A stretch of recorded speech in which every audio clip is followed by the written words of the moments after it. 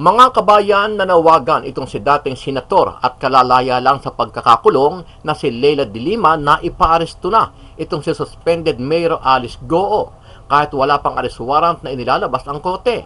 Ayon kay de Lima, pwedeng arestuhin ng Bureau of Immigration si Alice Goo dahil sa mga seryosong paglabag nito sa visa kondisyon. Maging ang Commission on Election ay naghahanda na rin para kasuhan itong si Alice Goo dahil sa mga maling detalyeng inilagay niya sa kanyang Certificate of Candidacy noong tumakbo siyang mayor ng Banban Tarlac noong 2022 eleksyon. Ayon sa Comelec, hindi na sila makakapaghain pa ng disqualification case sa ngayon dahil naiproklama na siya bilang alkalde. Samantala, isinusulong naman ng Office of the Solicitor General na tanggalin na sa pagka-mayor itong si Alice Goo sa pamamagitan ng quo warranto case. Ayon kay Solicitor General Minardo Guevara, isasampa nila ang reklamo sa mga susunod na araw. Samantala, 3 pang Chinese national ang naaresto kahapon namang otoridad matapos magsagawa sila ng raid dyan po sa 5 villa sa Puntana Leisure Park, Pampanga. Matatandaan na isang big boss ng Pogo Hub sa Porac na nagngangalang Huang Xiyang ang naaresto ng PAOK kasama ang 19 na iba pang foreign nationals. Ayon kay Yusek Gilbert Cruz ng PAOK, mga pamangkin ng Big Boss ang 3 individual na naaresto. Mga kamag-anak ni Huang Xiyang, yung hinahanap nating manager, sa pamangkin niya, we will go with the suggestion ng CDC kung kailangan sara muna yung mga pinagsususpetsahan, sara na lang muna nila. Dahil sa lumalalang issue sa Pogo, nagsalita naman ang chairman at CEO ng PAGCOR na si Alejandro Tenco na handa nila nga ibunyag ang isang dating mataas at government opisyal ng dating Pangulong Duterte na siya nag-facilitate at nagbigay ng lisensya para makapag-operate ang mga illegal na Pogo Hub sa bansa. Dahil dito nangako si Senator Win Gatchalian na ipapatawag nila sa Senado ang sinasabing dating gabinete ni PRRD para imbestigahan ang nasabing opisyal sa oras na ilabas na ng PAGCOR ang mga dokumento kaugnay dito. Importante panagutin itong mga taong to dahil kung totoo man yung kanilang allegation at may evidence, papatawag natin sa committee para managot sila. Ang sabi ho dito ni PAGCOR Chairman, kanilang i-reveal sa tamang forum yung identity ng dating cabinet member. So, Senate is one of the proper forums, sir. Hindi klaro kung korte yan or Senate. Nasa kanilang discretion yan. Pero kung dahil ongoing in aming investigation dito sa Committee on Women at nagbigay siya ng ganyang pahayag, hihingi namin yung information na yon, no? In line kasi ito with in aid of legislation. At sa kaugnay na balita, ibinunyag na isang vlogger na si Atty. Toto Causing ang isang video kung saan ay pinangalanan ni yumaong broadcaster na si Percy Lapid, itong si Senator Lito Lapid na may kinalaman sa mga operasyon ng illegal na Pogo sa Porac, Pampanga. Ikaw ang chairman ng tinatawag na Games and Amusement Committee sa Senado. Si Lito Lapid yan, mga kaibigan. Bakit hindi niya napapaimbestigahan ang mga nangyayari sa Pogo? Ha? Ang nangyayari dyan? Meron na ba kayong narinig na pinaimbestigahan ni Lito Lapid ang PAGCOR? Hindi. Nakikinabang siya. Kaya niya lang kinuha yung chairmanship para makinabang siya. Kaya walang investigasyon. Dahil dito agad na dumipensa itong si Toto Causing kay Senator Lito Lapid at sinabi niya na huwag na niyang lokohin ang mga Pilipino. Matatandaan na sinabi ni Senator Lapid na wala siyang alam sa mga nangyayaring operasyon ng illegal na Pogo sa kanyang probinsya.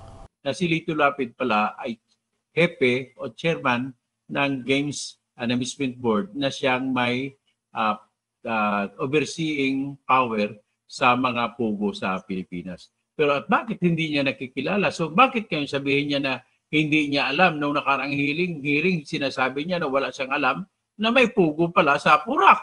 Bayan sa Porac ay diyan siya pinanganak. Diyan siya nag-aral ng elementary. Diyan siya nag-aral ng high school.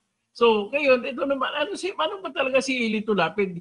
Chairman ka pala ng Games and Amusement Board tapos hindi mo alam ang Pogo sa Porac. Ano ka naman talaga, no? ay talagang pinagluloko mo talaga Pilipino. Ano ang masasabi mo dito, kabayan?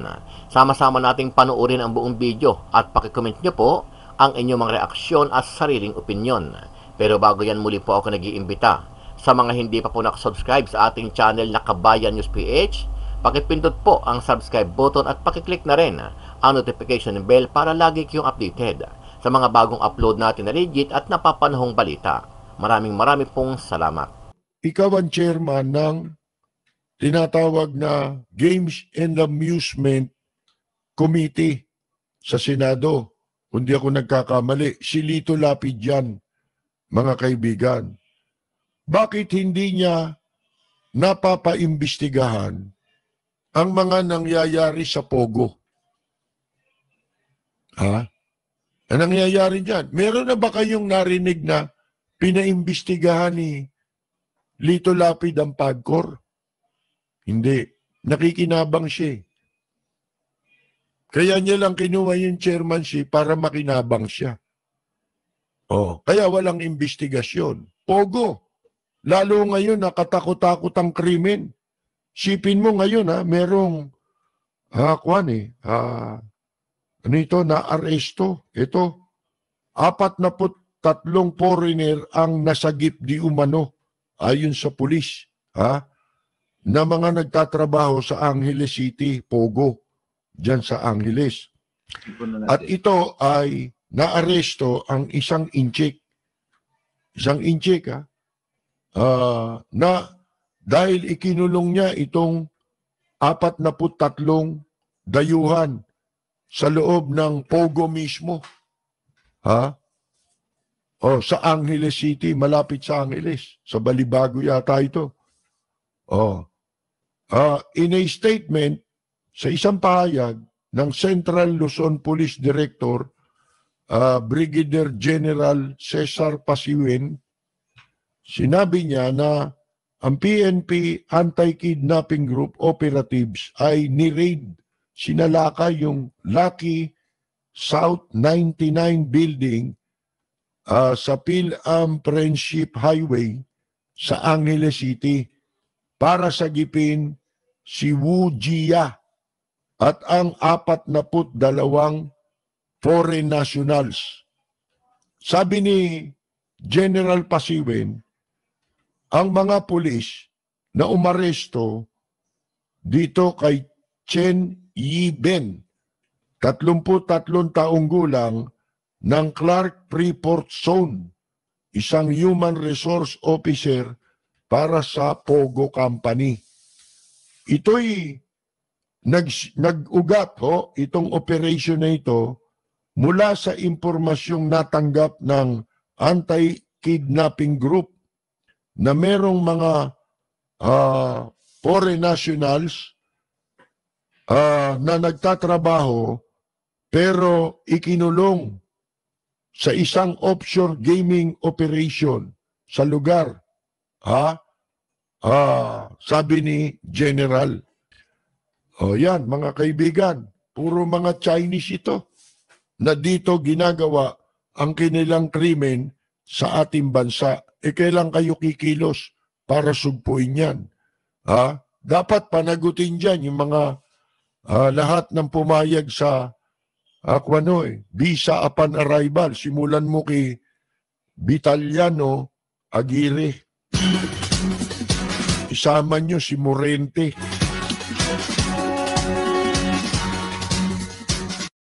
So anyway, yan ang tinanakay ni Mr. Percy Lapid tungkol sa Pogo. Na si Lito Lapid pala ay hepe o chairman ng Games and Amusement Board na siyang may overseeing power sa mga Pogo sa Pilipinas. Pero at bakit hindi niya nakikilala? So bakit kayong sabihin niya na hindi niya alam nung nakarang hearing sinasabi niya na wala siyang alam na may Pogo pala sa Purak. Bayan sa Purak ay diyan siya pinanganak. Diyan siya nag-aral ng elementary. Diyan siya nag-aral ng high school. Di ba? Diyan siya nag-aral ng elementary sa mababang sa Purak Law School, LOW, Purak Law School, mababang elementary school, mababang paaralan. So, ngayon, ito naman, ano ba talaga si Lito Lapid? chairman ka pala ng Games and Amusement Board, tapos hindi mo alam ang pogo sa Purak. Ano ka naman talaga naman, no? Ay talagang pinagluloko mo talaga Pilipino. At ang golf course pala, by the way, ng Grand Palacio, yung Grand Palacio na subdivision ay katabi ng pogo. At sa kabila ng Grand Palacio, merong tinatawag na golf course. At doon lagi nag-golf si Mr. Lito Lapid. Siyempre, kaibigan niya yung may-ari na si Mr. Roberto Cruz. At meron ding isa doon, nakikita sa katabi ng golf course, meron makita ka doon na Park Hotel. At saka may tinayo na extension ng Park Hotel, malaki ang kwento sa likod ng Park Hotel. Ikikwento ko sa inyo sa susunod na pag-live natin. May patayan, may murder na nangyari dito dahil lamang sa pera. So anyway, ang klaro po dito, malaking tulong ang binigay o proteksyon na binigay ni Lito Lapid sa may-ari ng mga lupa na kung saan nakatayo ang pugo ay para kapalit naman bibigyan naman siya ng lupa. Kaya that's why may lupa din si Mr. Lito Lapid diyan sa Pugulan na tinatawag. So ngayon, ang mga bakanting lote na natitira na hindi napatayuan ng golf course, hindi napatayuan ng hotel, hindi napatayuan ng building, hindi napatayuan ng bahay, ay dinisisyonan ng Department of Agrarian Reform na ibabalik na sa magsasaka. Pero ang problema hanggang ngayon ay hindi pa pinapatupad yung desisyon na yan. Sa kabila ng lahat ay pinatayuan pa yung 10 hektarya sa natitira ng pogo. So para may ipatayo ang pogo na yan, ang nangyari, pinagpipilitan ni Roberto Cruz na kaibigan Mr. Lito Lapid. Para pinatayo yung pogo at para magpatuloy at walang sagabal, biro mo, siyempre, kailangan nilang protection. At ang protection ng chairman ng Games and Awards, Games and Amusement Board sa Senate, ay kailangan din nilang protection. At kung totoo sinasabi ni Mr. Percy Lapid na si Lito Lapid palang GAB chairman, edi mas lalong may dahilan para sisihin si Lito Lapid na para sabihin niya hindi niya na nakita ang pugo sa Purak, Pampanga kung saan siya ay pinanganak, nag-aaral ng elementary at nag-aaral ng high school. Sa public market ng Banban sa Tarlac, kapansin-pansin ang mga nakasabit na poster ng pagsuporta kay Mayor Alice Go. Ayon sa ilang nagtitinda, patuloy nilang susuportahan ng kanilang alkalde sa kabila ng mga ipinupukol sa kanyang issue. Pero aminado ang ilan sa kanila na hindi nila inaasahan ang inilabas na report ng National Bureau of Investigation o NBI kung saan nagtutugma ang fingerprint ni Mayor Go at ng Chinese national na si Go Happy. Nagulat po kami na ganun pala siya. Isa pala sang Chinese talaga. Hindi man po kami nagamit. Sabi po nila, bakit do inano yung hindi taga rito ibinoto, hindi naman kababayan dito. Patong-patong na reklamang posibleng kaharapin ni Mayor Go dahil sa mga kasinungalingan, kabilang na riyan ang identity theft. Mungkahi ni dating Justice Secretary Laila De Lima, ipaaresto na ng Bureau of Immigration si Mayor Go kahit walang arrest warrant. Dahil anya ito sa seryosong mga paglabag sa visa condition. Pwede rin daw ikulong si Go sa immigration facility. Wala pa namang komento rito ang Immigration Bureau. Pinag-aaralan naman ng Commission on Election o COMELEC na magain ng criminal case laban kay suspended Mayor Go dahil sa mga maling detalyeng iniligay niya sa kanyang Certificate of Candidacy noong tumakbo siyang mayor noong 2022. Sa ngayon, hindi na raw sila makapaghahain pa ng disqualification case laban kay Go dahil naiproklama na siya. Pero kung muli raw tatakbo si Go sa 2025, dito raw siya pwedeng i-disqualify. Isinusulong naman ng Office of the Solicitor General na tanggalin sa pagka-mayor ng Banban si Go sa pamamagitan niyan ng co-warranto case. Ayon kay Soljan Menardo Guevara, ihahain ang petisyon sa susunod na buwan. Karagdagang 3 Chinese national nga yung nadakip ng mga otoridad kahapon dito sa loob ng Fontana Leisure Park at nakita sila doon sa isa sa mga villa na pinaniniwalaan din na tinuluyan nga nitong Pogo Big Boss na si Wang Ziyan. At nakakuha naman tayo ng kumpirmasyon mula sa Bureau of Immigration na undocumented o walang kaukulang papeles para manatili sa Pilipinas itong 3 Chinese nationals.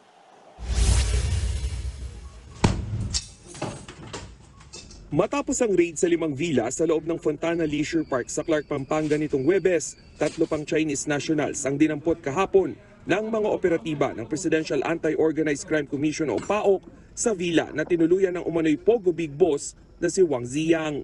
Mga kamag-anak ni Wang Xixiang, yung hinahanap nating manager. Sa pamangkin niya, pamangkin. Ang tinutukoy na pamangkin ni Wang ang 23-year-old na si Wang Zuxian. Kinukumpirma pa ang tunay na relasyon ng dalawa pang nadakip na sina Wang Zaicheng at Chen Shifang kay Wang Ziyang. Ayon sa PAOK, nagtatago raw ang tatlo sa isa sa mga villa. Posible rin umanong may katungkulan ng mga ito sa iligal na pogo. Kaya naman lalong lumakas ang kanilang suspecha na hideout ng mga pogo boss ang naturang leisure park. Sa amin, we will go with the suggestion ng CDC kung kailangan sara muna yung mga pinagsususpetsahan. Sara na lang muna nila. Sa official statement ng Fontana, giniit nilang ang 5 ni-raid na villa na ibenta na noong 2014 at 2015. Ibig sabihin daw nito, wala na silang kontrol sa mga pasilidad. Kaya hindi raw nila ito basta-basta pwedeng pasukin ng walang permiso. Dahil sa sunod-sunod na anomalya sa mga pogo, tahasang sinabi ni PAGCOR Chairman and CEO Alejandro Tenco na handa silang pangalanan ang isa umanong dating miyembro ng gabinete na nag-aproba ng lisensya ng mga pogo na ni-raid kamakailan. Katakataka rin daw ang paglobo ng mga kumuha ng lisensya noong nakaraang administrasyon na umabot sa halos 300. Halos 5 beses itong mas marami sa mga pogo licensee sa kasalukuyang administrasyon. Sir, may bagong balita ngayon. Itong PAGCOR, ang sabi nila, may isang dating high-ranking government official ang nagtangka daw na i-facilitate yung pagkakaloob ng gaming license sa ilang mga illegal pogos na recently ay ni-raid at natagpuan nga, napatunayan na sangkot sa mga illegal activities.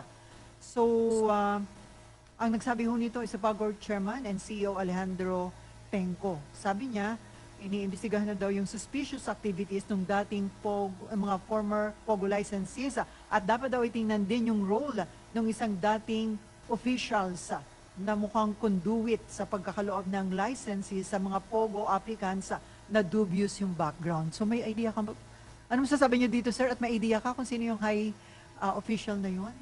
Ex-cabinet member daw, sir. Wala akong idea, Selly. Kanina ko lang rin nabasa yan. Pinadala sa akin ng aking media staff. Sana nabigay nila nung huling hearing. No? Dahil 3 hearing ang isinagawa ng committee. But wala naman silang nababanggit. Ngayon lang namin narinig yan. At sana mabigyan yung committee ng kanilang official investigation report para mapatawag. Importante panagutin itong mga taong to dahil kung totoo man yung kanilang allegation at may evidence, papatawag natin sa committee para managot sila. Ang sabi ho dito ni PAGCOR Chairman, kanilang i-reveal sa tamang forum yung identity ng dating cabinet member. So, Senate is one of the proper forums, sir. Hindi klaro kung korte yan or Senate. Nasa kanilang discretion yan. Pero kung dahil ongoing in aming investigation dito sa Committee on Women at nagbigay siya ng ganyang pahayag, hihingi namin yung information na yon. No? In line kasi ito with in aid of legislation. Pero sir, So, kung former cabinet, ibig sabihin, dating gabinete sa nakalipas na Duterte administration. Parang ganyan ang aking basa diyan sa kanyang press release ni PAGCOR Chairman. No? So parang ganyan yung aking basa. I'm not sure lang kung sino yon or gaano kataas yung kanyang ranking. Kanina lang lumabas yan kaya hindi ko sigurado kung sino itong taong tinutukoy niya. Pero sir, baka, paano to? Dapat din man tingnan kung may taga-PAGCOR na nakipagkuntsabahan din dito sa dating cabinet para nga makapagbigay ng lisensya doon sa mga dubious na ang background ng mga POGO. Dapat din ba malaman? Baka may Akin kasi, Selly, sa aking pag-imbestiga dito at pag-aanalisa, whether former PAGCOR officials or incumbent PAGCOR officials, yung proseso nila napakalaking problema. Bigyan kita ng halimbawa. At yung mga taga Pampanga actually agree dito dahil kausap ko yung ibang mga local officials ng Pampanga. Yung simpleng probity check hindi nila nagagawa. At inamin nila sa committee na hindi nila nagagawa. May third party rin sila pero hindi nagagawa. Unang tanong, bakit pa nag-third party? Correct. Hindi natin alam kung itong third party ay pwedeng pagkatiwalaan o baka nabili na rin ng Pogo. Pangalawa, hindi naman mahirap ang probity check kung masipag ka eh. Pupuntahan mo sa bahay, kukunin mo yung mga background check. Magkakaroon ka na kaagad ng ideya kung ano itong mga taong ito eh. Pero sa mga nakita namin dokumento at ikukumpara namin sa guidelines sa PAGCOR, talagang palpak yung pagsasagawa ng probity check or pag-iimbestiga ng PAGCOR dito sa mga incorporators. Sa incorporators pa lang, bagsak na eh. Bigyan kita ng konkretong halimbawa. Opo. Doon sa Hongsheng na Pogo Hub, 3 o 4 sa 5 mga incorporators sila, mga street vendors. Yes, so yung humarap sa hearing. Humarap sa amin. At na-confirm rin namin, kasi pumunta yung si Merly, yung babae sa amin, kinlaim niya, street vendor siya. Pinuntahan rin ng aming team para tignan yung mga bahay. Talagang street vendor sila. No? Barong-barong yung mga bahay. Kaya makikita natin, kung gagawin lang nilang yung honest to goodness investigation at probity check, makikita mo na talaga na palpak kaagad yung incorporation papers at hindi na dapat bigyan kaagad ng lisensya. So sa akin meron ding accountability yung kasalukuyang mga PAGCOR employees, lalong-lalo na yung nag-a-approve nitong mga lisensya o yung gumagawa ng investigation. Dahil according to their guidelines, dumadaan to sa kanila eh.